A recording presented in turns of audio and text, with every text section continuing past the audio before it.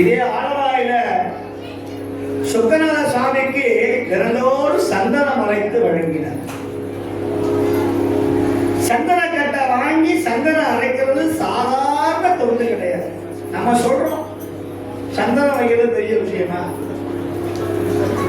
இன்னைக்கு மதுரைக்கு போய் ஒரு 50 ரூபா கொடுத்தோம்னா மாலை போடாத கடையில சந்தனம் கொடுப்போம் இல்லையா? அது ஒரிஜினலா அப்படின்னு சொன்னா பம்பரக்கட்டை நொணாமரம் இல்லையா? நொணாமரம் ஒரு மரம் இருந்துச்சு அந்த காலத்துல, மஞ்சள் நத்தின்னு பேரு.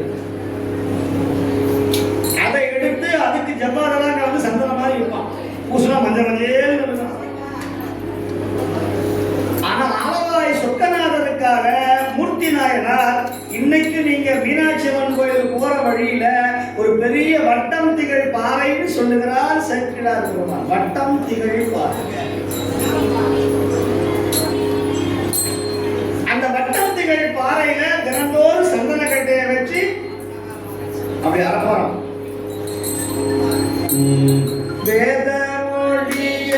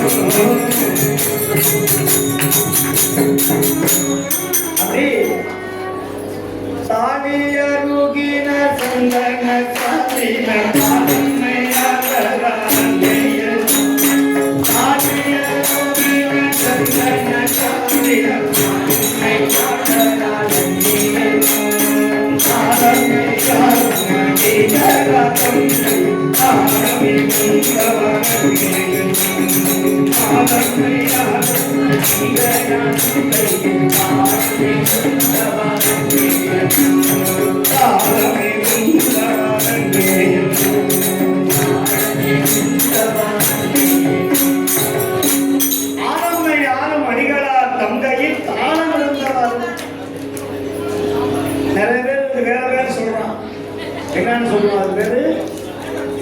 இந்த தாளத்துக்கு என்ன சொல்லுவான்? ஆமா, அது மத்தவங்க போடுறது காசுக்காக பதவிக்காக முதல்ல இது போடுவான், அப்புறம் காலை வரை விடுவான். ஆனால் அப்பெல்லாம் சொல்லுவாங்க, நீ வேலைக்கு போகலாம் சோத்துக்கு நம்மளாம் சோத்துக்கு தாளம் போடுறோம். இந்த தாளம் போட்டா வேற எதுக்குமே தாளம் போட வேண்டிய ஏன் சுவாமியே தாளம் போடணும்? ஆளம்மை ஆளும் அடிகளா தங்கையில் தாளம் இருந்தாராக சுவாமியே தாளம் போட்டு பாடுறார் அப்படின்னு மணிவாசகர் சொல்றார். இப்போ மூர்த்தி நாயனார் என்ன பண்றார்? சந்தனம் அரைக்கிறார். மந்திரமாவது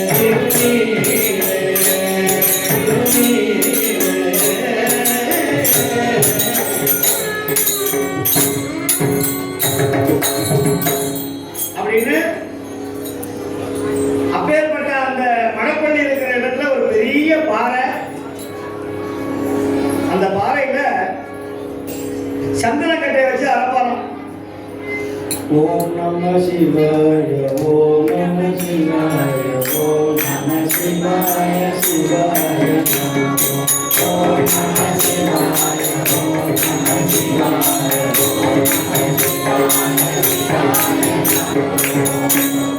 இப்ப எங்க சந்தன கட்டை கிடைக்குது? எங்க எல்லாத்தையும் ஈரமா கொண்டு போயிட்டார். அவரா கொண்டு போனார். எவன் வாங்கினான வந்துட்டான். இன்னைக்கு சந்தன மரம் எங்கேயாவது இருந்தா உடனே வெட்டிட்டு போயிடலாம். சந்தனமே கிடைக்கல. சாமி சந்தனம் எங்க? இப்போ அந்த நாட்டுல கர்நாடக மன்னன் கடவுளே இல்லைன்னு சொல்ற ஒரு மன்னன். கடவுளே இல்லை, கடவுளை கற்பித்தவன் முட்டா அப்படின்னு சொல்றாங்க. என்ன இந்த ஆளு, இந்த மூர்த்தி நாயனார் ஒருத்தர் அவர் பாட்டுக்கு போறார், சந்தனம் அரைக்கிறார், சொக்கநாதருக்கு சந்தனத்தை சாற்றுகிறார், ஆடுகிறார், பாடுகிறார். இந்த ஆளை, இந்த தொண்டை நிப்பாட்டணும். ஆக நமக்குலாம் இந்த பிரச்சனையே கிடையாது. சாதாரணமா யாராவது சொன்னா ஒரு தொண்டை விட்டுறோம். ஆனா நாயன்மார்கள் அப்படி கிடையாது. இவன் பார்த்தா 5 கட்ட சந்தனத்தை 2ஆ மாத்தலாம். இவன் கடைக்கு போனா சொல்லிட்டான், இந்த மூர்த்தி நாயனார் வந்தாருன்னா சந்தன கட்டையே தராத. இவர் போய் கேட்கிறார், காசு கொடுத்து சந்தன கட்டை கொடு, உங்களுக்கு மட்டும் இல்லைங்க, போயிட்டு வா, ராஜா உத்தரவு. சரி, 2 கட்டைக்கு பதிலா 1 கட்டையை வச்சு அரைப்பார் சந்தனம். கடைசியில் அந்த 1 கட்டையும் இல்லை. இப்ப பார்த்தா சந்தனம் அரைக்கலைன்னா இவர் தொண்டு நின்று விடும். தொண்டு நின்றால் இவர் உயிர் வாழ்றதுல அவசியம் இல்லை. இப்ப என்ன பண்றதுன்னு பார்த்தா எல்லாத்துக்கும் அவங்கவுங்க முழங்கை சந்தன கட்டை மாதிரி இருக்கும். நேரா பார்த்தா சந்தன கட்டை அரைக்கிறது தான் என் வேலை. கட்டை இருக்கா இல்லையாங்கிறது என்னுடைய வேலை கிடையாது. அரைக்கிறது என் வேலை. அது கட்டை, இதுக்கு பேரு கட்டைன்னு பேரு, அதுக்கு பேரு கட்டைன்னு பேரு. இந்த கட்டை போயிடுச்சுன்னா அந்த கட்டை மேல வைப்பாங்க, அந்த கட்டை மேலையும் வைப்பாங்க. காசையெல்லாம் போனீங்கன்னா முரட்டு கட்டை எடுத்து வைப்பான், பெரிய சபாயா எடுத்து வைப்பான். ஐயா ஒரு பெரிய ஆளியா, நாட்டோட பிரதமரியா, வாய வைக்கலாம் எரிய மாட்டாரியா, தூக்கி இவ்வளவு பெரிய கட்டை வைக்கலாம் மண்டை மேலேயே. கடல் பாவி 30 நடுக்கி இருந்துச்சு. இப்படி அவர் தலைக்கு மேல போய் கண்ணை வைக்கிறியே, வைக்கிறா எஞ்சி வச்சு உட்காருவாரியா, எரியும் போது என்னையா பண்ண சொல்ற? இந்த பிரச்சனையே வேண்டான்னு தான் அருமையா தீபாவளிக்கு முறுக்க வைக்கிற மாதிரி மிஷின்ல கொண்டு போய் உள்ள தள்ளுறான். இதுல பாட்டு வேற கடைசியா அந்த பாடம் கேட்டு போய் எத்தனை பாடம் கேட்டு பண்ணி வாழ்க்கையில கடைசி பாட்டு அந்த பாட்டு தான் நல்லா கேட்டுவிட்டு அப்படியே உள்ள அந்த பண்ணு, அப்படிதான் அந்த பேக்கரியில பண்ணு சொல்றவே பண்ணுவான். இந்த கம்பி மேல அந்த மைதா உருண்டையை உள்ள வச்சு தள்ளுவான் உள்ள. அப்படி அந்த ரொட்டியை தள்ளுற மாதிரி உள்ள தள்ளி ஒரு ஷட்டரை போட்டு மூடிடுவார். எப்படியெல்லாம் 40 வருஷம் தோல் மேல என் கை மேல போட்டு வளர்த்த என் அப்பா அப்பா அப்பா அப்படின்னா, அப்பாவாவது உப்பாவாவது போய் நின்று சாம்பல் போய் குடிச்சுக்க. இவர் போய் முறுக்கு குடிக்கிற மாவு, குடும்ப மாவு குடிக்கிற மாதிரி ஒரு கலசத்தை இருப்பார். அப்பாவோட சாம்பல் எலும்பு எல்லாம் டப்பாவில் வந்து வரும். நம்ம என்ன பண்றோம், அதை கொண்டு போய் ஒரு 10 நாளைக்கு வீட்டில் வச்சு தோசைக்கு இட்லிக்கு 2 ஸ்பூனை போட்டு சாம்பார் 2 கரண்டியை போட்டு நான் சாப்பிடுவேன். எங்கள் அப்பா சாம்பார் நான் சாப்பிடுவேன், எவனா சாப்பிட்றான்னா வீட்டுக்கே கொண்டு வராம அங்கேயே காசை கட்டி அப்படியே அனுப்பிச்சுங்க. சாம்பார் வந்து எங்கள் அப்பா ஆவியோட விட்டு வந்துடுவார் அப்படிங்கிறான். அசியை வீட்டில் வைக்கப்படாதுங்கிறான். ஆனால் பாவி, அவர் கட்டின வீட்டில் வாழ்ற, அவர் சம்பாதிச்சு சொத்துல வாழ்ற, அவர் போட்ட வித்துல தான் நீ பிறந்திருக்க. ஆனா அவர் சாம்பார் வைக்கிறதுக்கு மனசு இல்லையா? இது அன்னைக்கே சொல்றார், செத்தால் ஒருவர் யாரும் இல்லைன்னார். செத்து போயிட்டா ஒருத்த கூட கிடையாது. திருவானைக்காரர் சொல்றார், எத்தாயர் எத்தந்தை எச்சுற்றத்தார் எம்மாடு சும்மாடாம் ஏவனல்ல. எம்மாடு சும்மாடாம். இந்த வீதிக்கெல்லாம் போனீங்கன்னா 2 அர்த்தம் உண்டு. மாடுன்னா செல்வம், அதான் மாட்டு பொண்ணுன்னு சொல்றோம். இந்த அந்த காலத்துல பாட்டிங்கெல்லாம் பழம் விற்பாங்க. ஒரு பெரிய கூடையில பழத்தை எடுத்து வரும். பழம் வாங்கலையோ பழம். இந்த தலைக்கும் இந்த கூடைக்கும் ஒரு இடையில ஒன்று இருக்கும் தெரியுமா? ஆமா, இப்பெல்லாம் எதுவுமே இல்லை. அப்பெல்லாம் சாப்பாடு வடிச்சாங்கன்னா ஒரு சின்ன இருக்கும், ஒரு மூங்கில்ல அதுக்கு மேல வைப்பாங்க, கறி ஒட்டிடக்கூடாதுன்னு.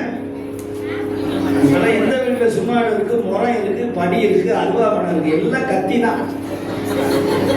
எல்லாம் கத்தி, டக் டக் டக் டக். யாராவது உட்காந்து அருவாமனையில வச்சு ஏதாவது கத்திரிக்காய் நறுக்கிற மண்ணம் கிடையாது. பருப்பு மத்து வீட்டில் இருக்கா, எல்லாம் இன்னைக்கே உடஞ்சி போச்சு. முறை இருக்கா இந்த வீட்டில் இருந்து, அன்னைக்கெல்லாம் முறத்திலேயே அடிப்பாங்கன்னு. பழமுறத்தி சாடினார் ஆடினார்னு அவையாச்சு. படி எங்கேயா இருக்கா, எல்லாம் டம்ளரா மாறி போச்சு. எங்க வீட்டுக்காரர் ஒரு டம்ளர், என் பிள்ளைக்கு ஒரு டம்ளர், எனக்கு ஒரு டம்ளர், வேற யாருக்கும் கிடையாதுன்னு அது டம்ளர்ல அளந்து அரிசியை போடுறது குக்கர்ல. அது என்னைக்கு விசில் விட ஆரம்பிச்சதோ அன்னைக்கே முடிஞ்சு போச்சு உங்க ஆயுசு. 3 விசில் விடும். ஊரு சமைச்சு விட்டா சீக்கிரமா உனக்கு விசில் விட போறாண்டான்னு அர்த்தம். லப்பர்லயே வேண்டுது சாப்பாடு. அந்த காலத்துல சாப்பாடு விறகு அடுப்புல சாணி போட்டு மெழுகி ஒரு பானையை வச்சு அதில் அரிசியை கழித்து போடும் போதே ஆண்டவன் பேரை சொல்லி சாம்பலை எடுத்து அந்த அந்த குடத்துக்கு பூசி அந்த அந்த பாத்திரத்துக்கு பூசி சாப்பாடை வடிச்சு அந்த கஞ்சில் உப்பை போட்டு மாட்டுக்கு வச்சுக்கிட்டு அந்த சாதத்தை நீர் விடாவி காகத்துக்கு வச்சுக்கிட்டு சாப்பிட்ட நிலைமை வந்துச்சு. இன்னைக்கு என்னன்னா வீட்டுக்காரருக்கு ஒரு டம்ளர், எனக்கு ஒரு டம்ளர், என் பிள்ளைக்கு ஒரு டம்ளர், வேற யாருக்கும் கிடையாதுன்னு சொல்லி லப்பர் பிளாஸ்டிக் லப்பரை உள்ள போட்டு மூடி அது தலையில விசில மாட்டி அதை ஓங்கி அடிக்கிறது. விசில் அடங்கிறதுக்கு முன்னாடியே தூக்கி விடுறது. அது அவ்வளவு அவசரம். சோறு வேகிறவங்களையும் என்ன பண்றது, வாழ்க்கையும் ப்ரெஷராகவே போகுது. அது சாப்பிடணும், ப்ரெஷர் கூடுது, ப்ரெஷர் கூடுது. அப்புறம் சீக்கிரம் பெற்று போய் கொண்டுதான். அதனால இதெல்லாம் அந்த காலத்து பாரம்பரியம். இப்போ சாமி என்ன பண்ணார், அந்த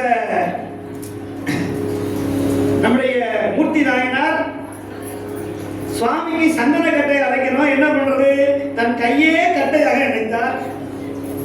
நேரா போனார். சுவாமி பெருமானே, நட்டம் புரிவாரணி, நட்டம் புரிவாரணி நல் திரு மெய்ப்பூச்சி முட்டும் பரிசாயினும் தேய்க்கும் கை முட்டாது. என் சந்தனக்கட்டை மறைந்திருந்தாலும் கூட என் கை மறையாதப்பான்னு சொல்லி இந்த கையை கல்ல வச்சான்.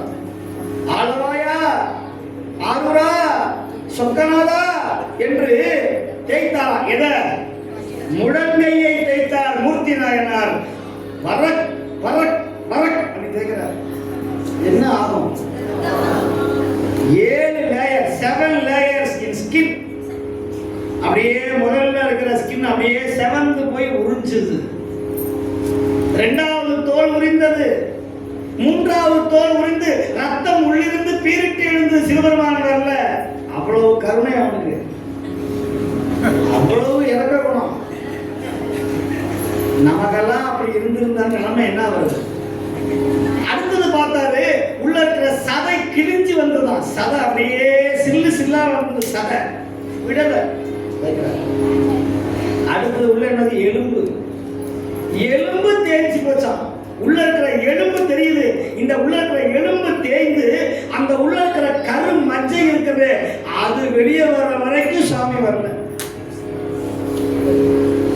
ஏதாவது கொஞ்சம் உணர்வு, வலிக்கிற உணர்வு இருக்கா, அதெல்லாம் இல்லை அவருக்கு. சந்தன கடை கிடைக்கிற சொக்கநாதனுக்கு என் கைதான் கட்டை என்று பட்டம் திகழ் பாறையில் தேய்த்தார்.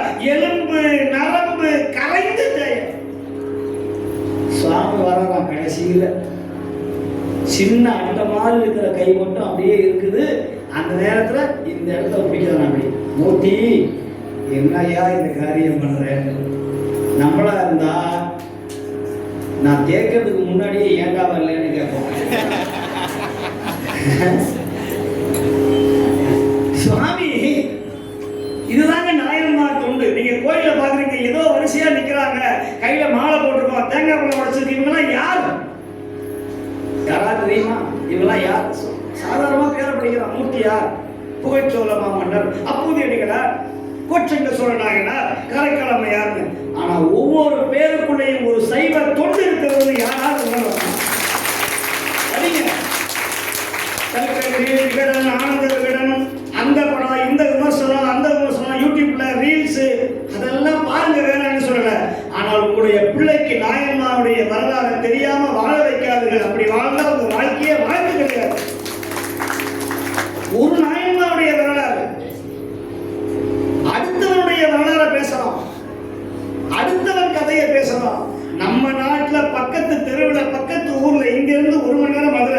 இங்க வாழ்ந்தவர்கள் நம்முடைய நாயன்மார்கள், நம்ம ஊர்ல வாழ்ந்தவர்கள், நம்ம நாட்டில் பிறந்தவர்கள். அந்த நாயன்மாவுடைய வரலாற நாம் இன்னை வரைக்கும் தெரியாம இருக்கிறோமே. அதனாலதான் கோயிலை கட்ட ராஜாவுக்கு சிலை வைக்கல, இந்த கோயிலுக்கு பணம் கொடுத்தவங்க பணத்தை உள்ள வைக்கல. ஆனா ஆண்டியாக பிறந்த அடியவருக்கு தான் உள்ள சிவபெருமானுக்கு நிகராக சிலையை வச்சு கும்பிடுறாங்களே. அதுதான் மனிதரில் தலையாய மனிதன். மனிதனாக பிறந்து தெய்வமாக மாற முடியும். நீங்க திருப்பரங்குறை போனா தெரியும். திருப்பரங்குறையில 2 தூண், ஆவுடையார் கோயில 2 தூண். அந்த கோயிலுடைய வரலாறு பேசிக்கொள்ளும். நீ யார், நான் யார், நாளும் தெரிந்தவர் யார் யாருன்னு பாடினா இதை பாடியவர் மணிவாசகர். நான் யார், என் உள்ளமார் ஞானங்களார் என்னை யார் அறிவார். இப்போ இவ்வளவு பெரிய பதவிக்கு வந்திருக்கவே யார் அறிவார். அவன் போட்ட பிச்சை அல்லவா இன்னைக்கு தெம்பா போய் சாப்பிடுறோமே, சொந்த வீட்டுல போற மாதிரி சாப்பிடுறோமே. இந்த சாப்பாடை போட வைத்தவன் யார்? அவன் கொடுத்த அடியார் என்கிற பட்டம் அல்லவா. இன்னைக்கு இவ்வளவு பேர் புகழ், இத்தனை அடியார்கள் வந்து கால விழறாங்களே, கும்பறாங்களே. இந்த யோகிதையை கொடுத்தவன் யார்? ஆரூர் பெருமானும் அம்பலவானும் அல்லவா. இதை உணர வேண்டாமா? 2 தூண் இருக்கும். ஒரு தூண்ல 49,000 கோடி குதிரை வாங்கினதுக்காக பணம் கொண்டு போன வாதவூர் அடிகள் என்கிற ஒரு அமைச்சர். ஒரு அமைச்சர்னா எப்படி இருக்கணும்னு காட்டுற துணி. அப்படியே நிற்பார். ஒரு சின்ன கையில கத்தி இருக்கும், நல்ல பொன்னால் செய்யப்பட்ட ஆடை, சல்ல ஆடை அப்படியே போட்டிருப்பார். மேல ஒரு சொக்கா போட்டிருப்பார், அங்கவஸ்திரம் போட்டிருப்பார், புலி நகம் 4 போட்டிருப்பார், 10 விரல் மோதிரம் போட்டிருப்பார், தலையில வைர கிரீடம், காலில் ஷூ எல்லாம் போட்டு இந்த பதவிக்கே இருக்கிற ஒரு திமிர் இருக்கும் பாருங்க. அந்த திமிரோட அப்படி நிற்பார். நான் யாரா? பாண்டி நாட்டுக்கே ராஜா, அமைச்சர். ஆனா ஒரே ஒரு பார்வையில தான் பார்த்தான். இணையா திருவடி என் தலையே வைத்தலுமே துணையான சுற்றங்கள் அத்தனையும் துறந்து ஒழிந்தே அணையா